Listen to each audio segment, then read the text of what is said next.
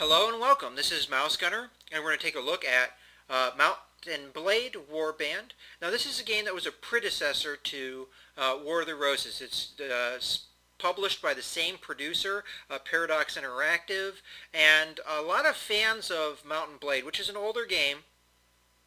When War of the Roses came out, they thought it would be a continuation of the same thing, and were sorely disappointed when they found out it was actually a stripped-out, dumbed-down version. Now, the combat system is very similar, but a big difference is that there's a single player mode, not just an online only like War of the Roses. And that's what I'm playing right now. So I'm playing as Uthor, a minor noble in the kingdom of the Nords, which is this light blue area. We are currently at war with these orange guys here, the kingdom of Swadia. The green green guys down here, the kingdom of Rodoak, and these off-white guys, the kingdom of Vagars. Other kingdoms is there's the Serenid Sultanate down here, and the yellow guys, and the purple guys over here is the Kurgat Khanate. So kind of get you an idea of how big the world is, and we're just a little speck somewhere over, I'm not really sure where we are now. We're somewhere over here. Yeah, there we are. Okay, so yeah, we're somewhere over here. So we're pretty close to the orange guys. I am a minor noble. I only have this one little fief here. I recently became a vassal, and from peasantry, so I don't have a lot of, nobility and prestige or whatever. So it's hard for me to get new lands because the king doesn't really want to give them to me because I'm such a minor noble. I'm only a noble because he granted me, he granted that to me. So, it's, you know, it's a struggle. I have to claw my way up through the ranks. We're going to go over, I have a number of prisoners, as you see there. I have 47 guys, plus 10 is the number of prisoners I have. So I'm going to go over to this town and see if I can ransom them off, which is part of the game. Now, if we look at my character, there's my little guy here, and he has his equipment.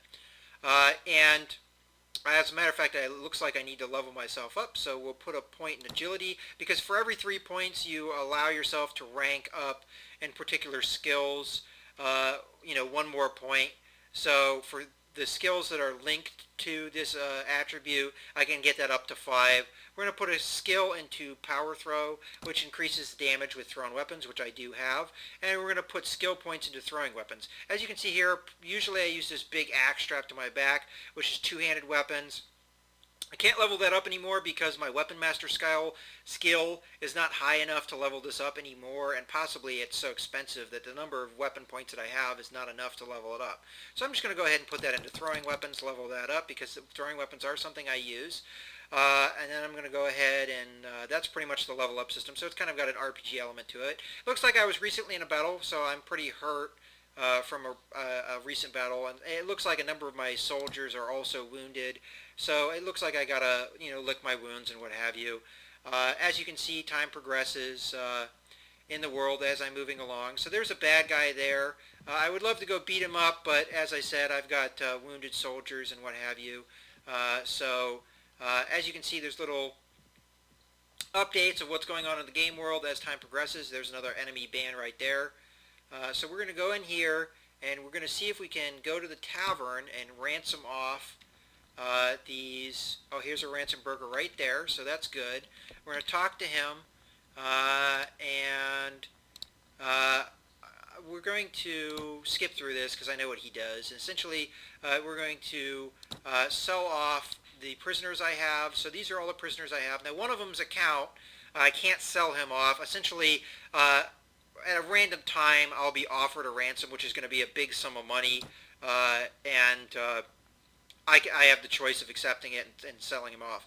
The good thing, though, about having him prisoner is while he's prisoner, he can't raise an army and fight against my land, so that's another element of holding somebody prisoner. So we'll go ahead and sell these guys off, and as you can see, they're worth different amounts depending on how leveled up that particular soldier is. And I get money for doing that. And then another thing that I'd like to do while I'm in this town is go to the marketplace and sell off any equipment I have. So it looks like I was recently in a battle, so we're going to sell off all this stuff because I have pretty upgraded equipment. I don't really need any of this stuff, so I'm going to just go ahead and sell it off. So I sold off my weapons to the weapon merchant. I'm going to sell my armor to the armor merchant. You can sell them off to any merchant, but I like being consistent because that stuff goes in their inventory, and it's good to just have them have the same kind of stuff in their inventory.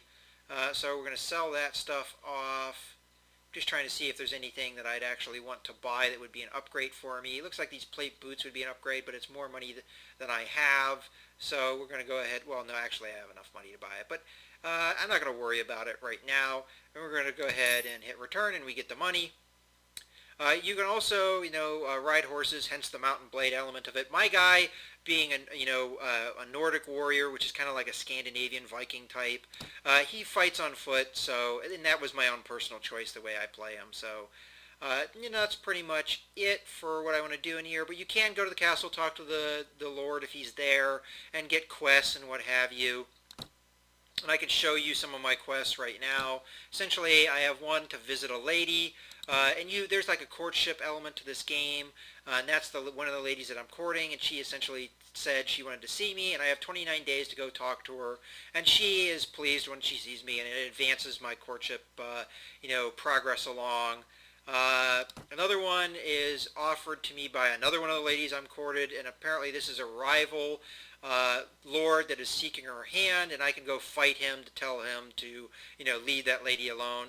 It's not something I'm probably going to end up doing, but it's something that I could do. And that'd just be one-on-one combat. Another thing I can do in the town, and I guess I'll go ahead and do that to demonstrate the combat. I am a little rusty. It's been a little while since I've played this game, but I'm going to go to the arena. Yeah, no, I clicked on the wrong thing. Sorry. Going to go to the arena, and we can do a little bit of combat, like some training combat. So I can go over here and talk to this guy. And I'm going to just skip this stuff because, I know what they say. So I'm going to go ahead and get in here.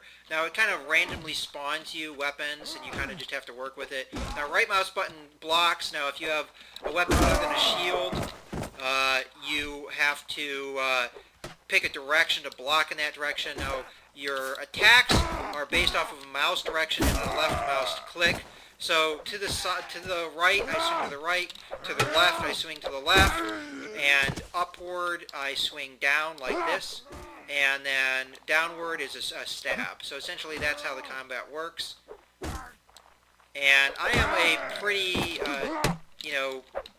skilled out dude. So it's going to be pretty easy to knock a lot of these guys down.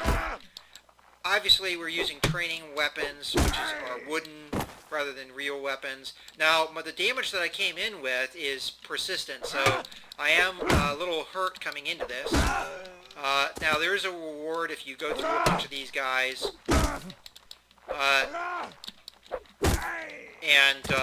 The more, if I get through all of them, I get a bigger reward, obviously. I don't know if we'll make it because I am pretty wounded, and it's not going to take too many hits to take me out.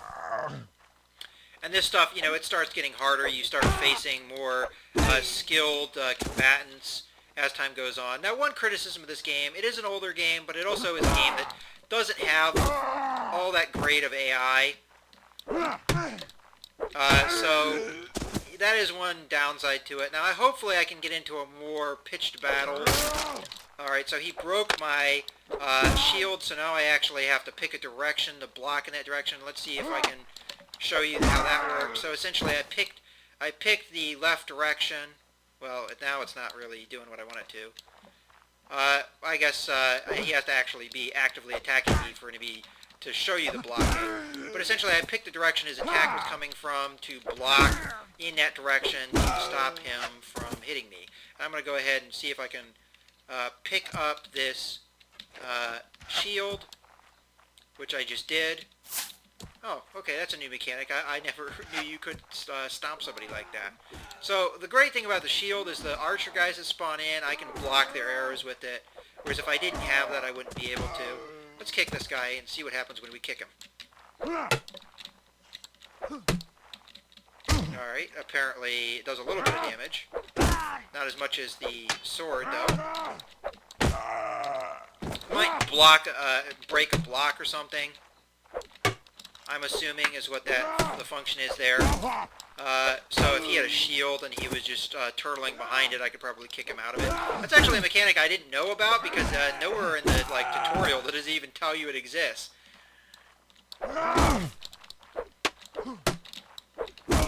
So even though I'm just wounded, they haven't really been able to put any hits on me, which is kind of the problem with the AI. I think I have it on medium difficulty, if I remember correctly. The problem is when there starts being guys like double and triple teaming me, that's when it's going to be really difficult. One-on-one combat is going to be pretty easy for me to win, but as we get into this combat, I'm going to start encountering situations where I'm being double teamed. And that's where I'm going to have problems. And it looks like I lost my shield again. So I'm going to have to be actively blocking. And that's going to be kind of a problem for me when I start getting double teamed. Because there's going to be so many attacks on me. It's going to be hard to pick all the right directions. Oh.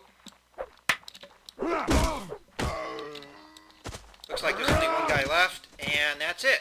So I made it through all of the combat, and now I just talked to this guy to get my reward. And there you go. I got 250 dinars for doing that.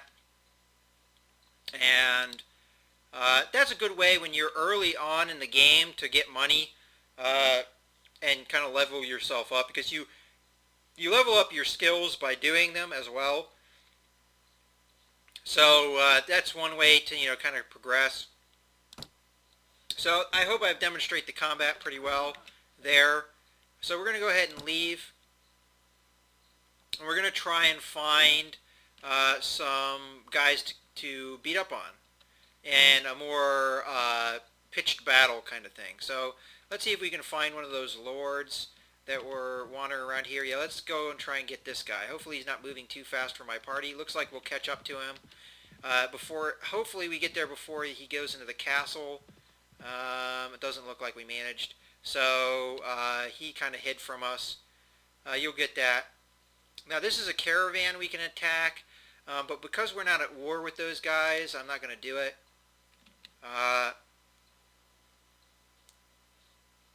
Unfortunately, we weren't able to catch up to that band. That would have been nice if we had. Then I could have showed you some battle. But at the same time, I'm giving my guys a little bit of time to rest while I'm searching for combat. Now there are also bandits in the game that are like neutral, well they're not aligned to anybody, but they're essentially evil to all parties. And if your band is weak enough, they'll attack you. Otherwise, mostly if your band's stronger than they are, they'll actively try and attack you. But right now, I'm just trying to find combat. I might skip ahead if there's a lot of time where I'm just walking around, not really finding anyone. Okay, here's a bandit group. They may be traveling faster than me, though. Yeah, they're traveling faster than me because they're such a small band. They travel a lot faster than, well, it looks like roughly the same speed. But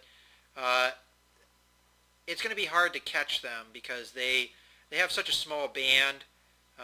It doesn't look like I'm going to have much luck catching up to them. Yeah, there's so much. Well, it looks like we're roughly the same speed. It might take a long time for us to catch up to them. Oh, no, wait, looks like we're going to catch up to them. No, there's only 8 guys, so it's not going to be that hard of a combat. But hopefully I can show you the actual battle. So, this guy is essentially, I'm going to kill him because he's bad. So, let's go out there and smash some skulls in. So, we'll charge the enemy. I can order my troops to attack for me and do like an auto battle. Obviously, you're going to lose more troops by doing it that way, and you're not going to get involved in combat, which is less interesting for you guys. So let's go ahead and get in. Now, I don't have a horse, so I'm on foot. So the guys that are on horse are kind of, outrun me. Now, right now, I have a throwing axe, but then later I'll switch to a two-handed axe as my primary weapon. So all these guys with the little yellow circles over their head with the bear are my guys. That's my emblem. So that's what that symbol is all about. So we'll go ahead and try and throw an axe at one of these guys. It's kind of hard to hit with these. It looks like we got that guy in the back. Let's see if we can get this archer guy.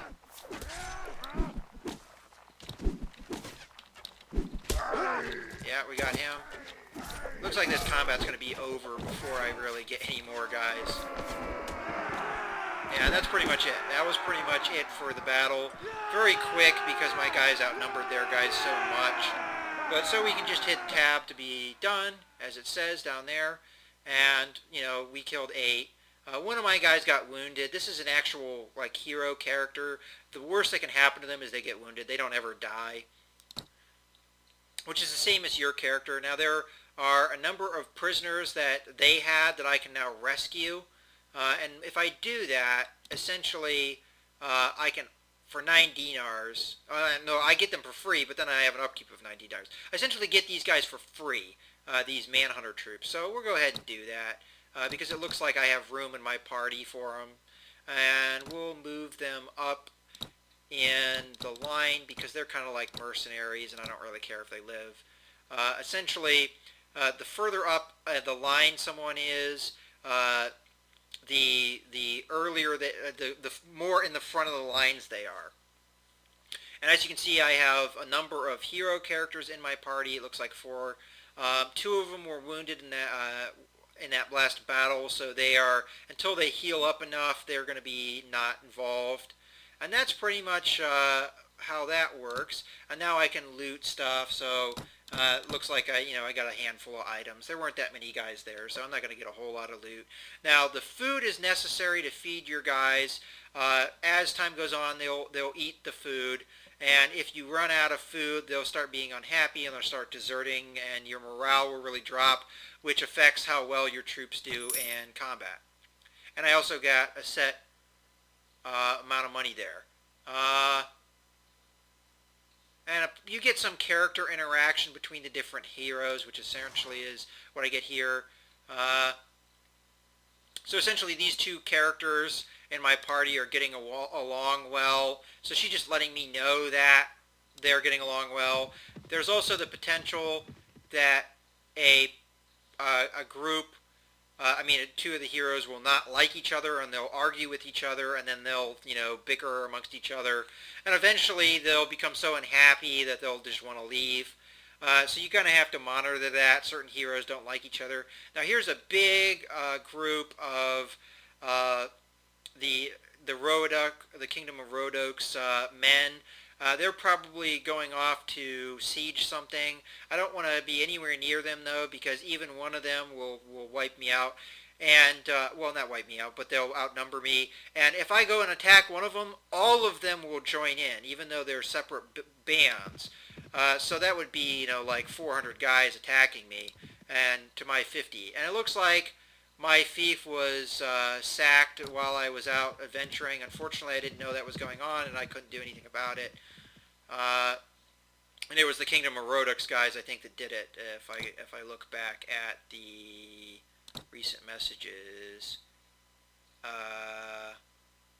actually, I'm not sure. I think it told me in that message, but I don't know who Count Gurluk's party is. So it could be either Swadia or Rhodoks, because both of those groups, they go by the title of Count. Depending on what kingdom you are in, you get different titles. If you're with the Nords, you're known as a Jarl, and it just depends on what kingdom you're in. Alright, these guys look like, I'm going to guess here that they're going for this town here. I could help defend it if that's what they're doing. The only problem with that is, because it's not owned by me, I actually have to pay money to camp there. Ooh, we found this guy again. Let's hunt him down and kill him before he runs away. Now he's going to run for me, but I'm faster than he is, so we'll outrun him. And this also gives me time to heal. Hopefully we don't fight him in the nighttime. The nighttime is going to make it dark. I think we will, so that's going to make a little bit interesting for the fighting. I couldn't really wait for that though because he might have ran away. So uh, he's never met me, so he's just wondering who I am. I'll just give him the more, uh, you know, aggressive response, and we're going to go ahead and say surrender or die. He's not going to surrender. They almost never do, even when you outnumber them a lot. And it makes the Kingdom of Swadia not like me a little bit because I'm fighting them yet again, and it makes him not like me a little bit because I'm attacking him. So let's go ahead and kick his butt. We have 49 troops to his 44. We're going to charge the enemy, and let's see if we can kill him. So there go my guys on horseback. I should probably call them back, but I honestly actually don't remember how to do that. I think it might be in the F1s and what have you, but they're heroes mostly, and if they get hurt, it's not a big deal. They just heal back up again, so not the end of the world. It looks like I'm fully healed up now, so I can get into there and you know, alright, one of those manhunter guys was killed, but I got him for free, so who cares? We'll get in here and throw some axes, and then we'll start just crushing some skulls with my big axe. Another manhunter dead, another manhunter dead. So that when it's red text like that, it means that they are killing my guys. When it's I'm getting this guy attacking me. Oops, didn't want to do that. Alright, well, let's get out our axe and start killing guys. Alright, these guys on horseback need to go. So I'm losing some guys. Now when it's green like that, that means that my guys are killing their guys. So it looks like I'm losing a number of my troops. Even though I outnumbered him, it's possible that their troops are higher quality.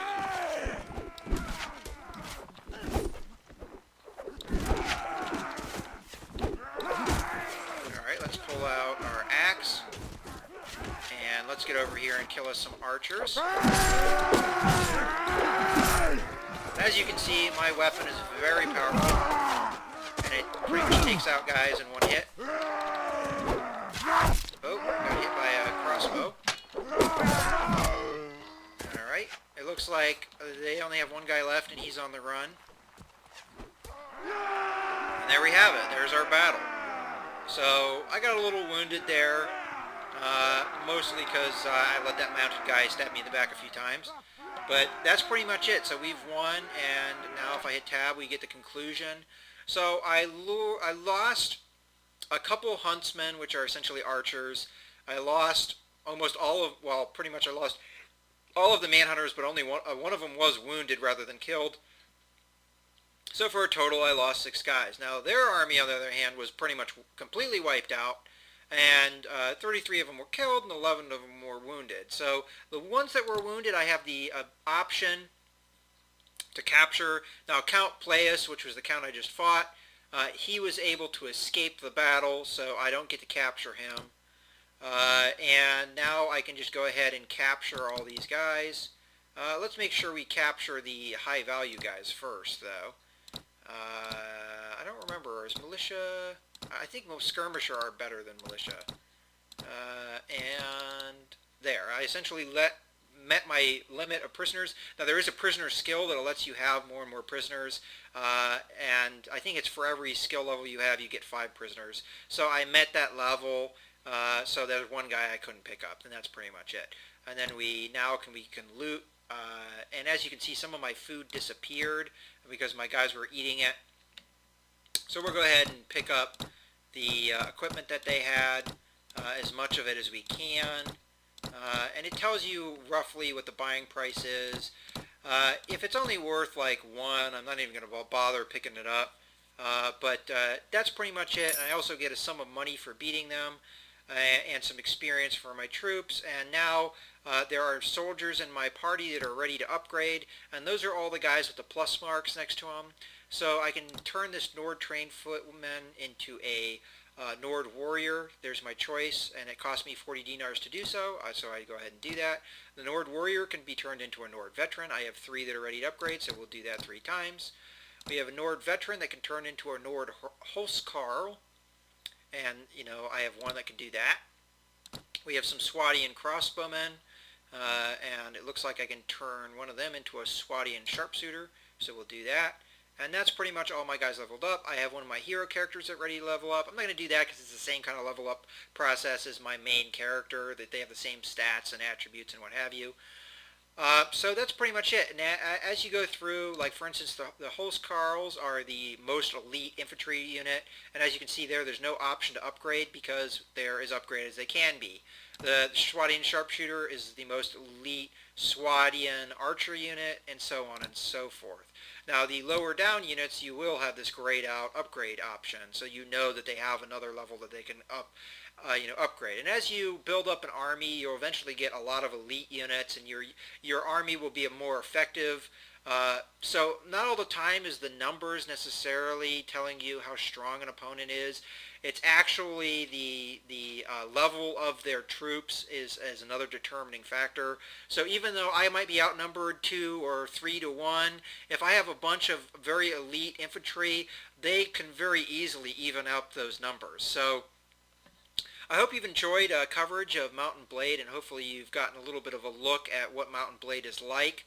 And what all it has to offer. This is a very deep game. You can put lots of hours into it.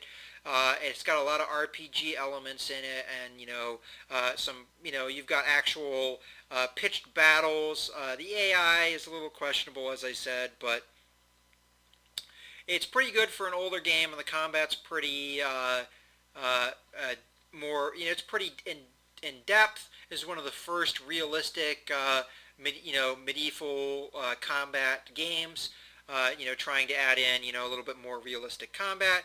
Now there's a level of mounted combat that I didn't really get to show you. There's also archery, and you can do archery off of horseback. So there's a lot more to the game than what I've showed you. So anyway, I hope you've enjoyed this coverage. This is Mouse Gunner, signing out.